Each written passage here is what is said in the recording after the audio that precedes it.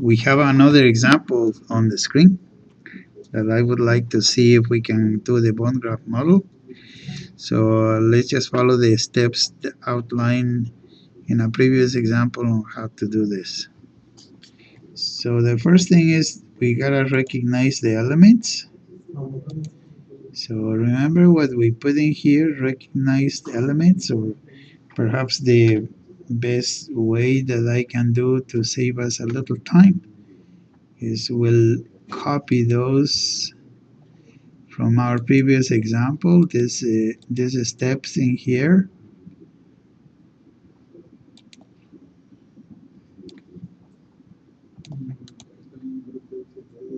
Okay, and we're just gonna follow them. The first thing it says, recognize the elements that you have. Okay, that's not too hard. I think we will.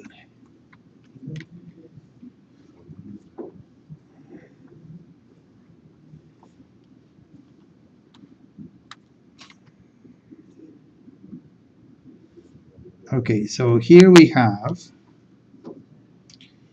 these are the stiffness and the R element, and here you have the masses and stiffness again and a force. So the question is, how do we actually build this bond graph model? And the first thing that occurs to me is, first of all, let's see if we can erase this line. How come is that line over there? And then, okay, is that part of the drawing or not? Yeah, we did erase it. Okay, so we are gonna go and say, okay, fine, we put the one junction for each distinct velocity. This is velocity of 1. Another one junction for the distinct velocity 2. See, that's the step that we are advocating here. Use the one junction. Then attach all the elements that experience this velocity. This obviously in here is going to be SE.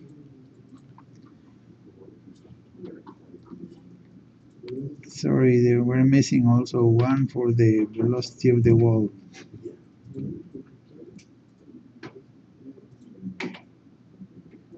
Okay, so this would be a source of flow with velocity 0. So in here we have the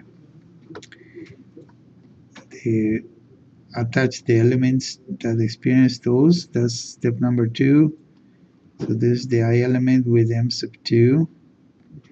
Attach the elements over here, the element with M sub 1.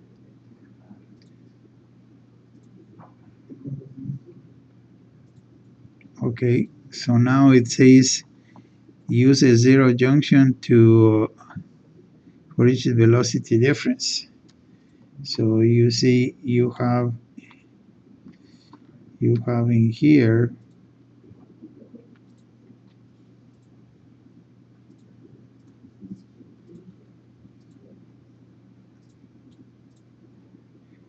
and in between you have the C element.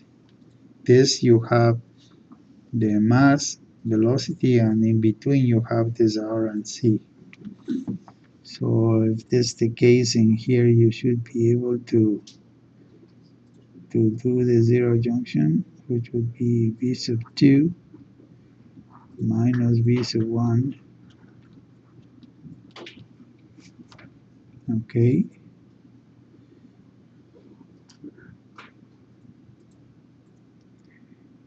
And so in here you have another velocity junction here.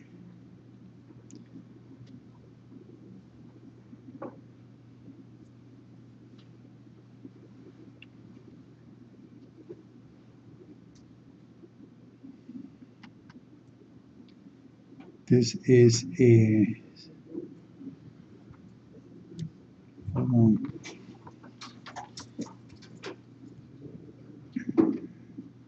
this is v sub 1 minus velocity of the ball. Okay, so in this one right here we have following step number 5, attach the elements that see those differences. You have the C and the R, and on this other one here, v sub 2 minus v sub 1.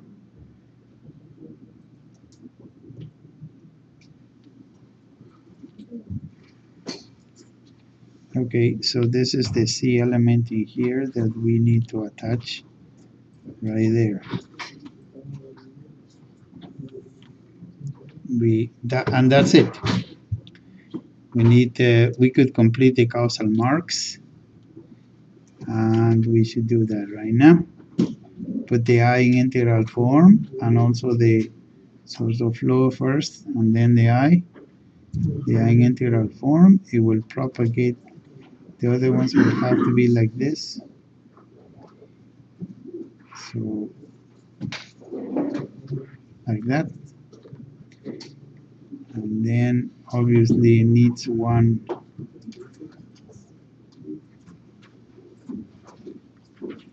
And then over here you have the C.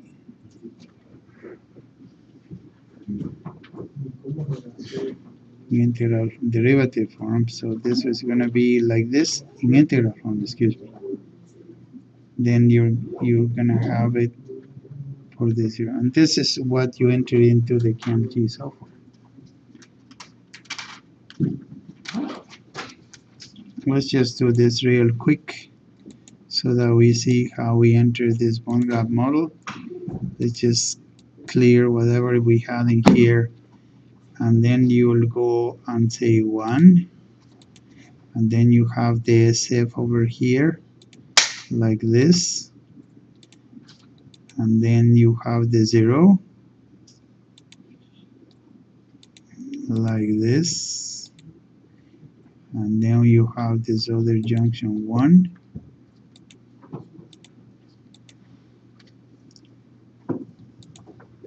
the C and the R.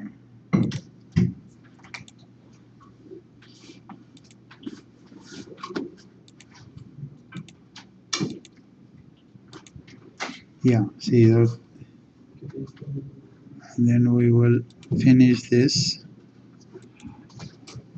the one junction from here to here, and then we'll go this one, yeah, and then we have the 0 that goes from here to here, and we have this 1 goes from here to here, and then you have the C, which is like this, and finally we go about doing this, and then we have the I element like this,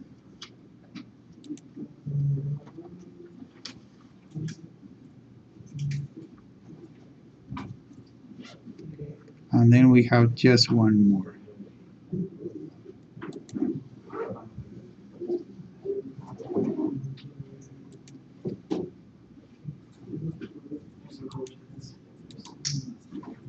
And we have finished.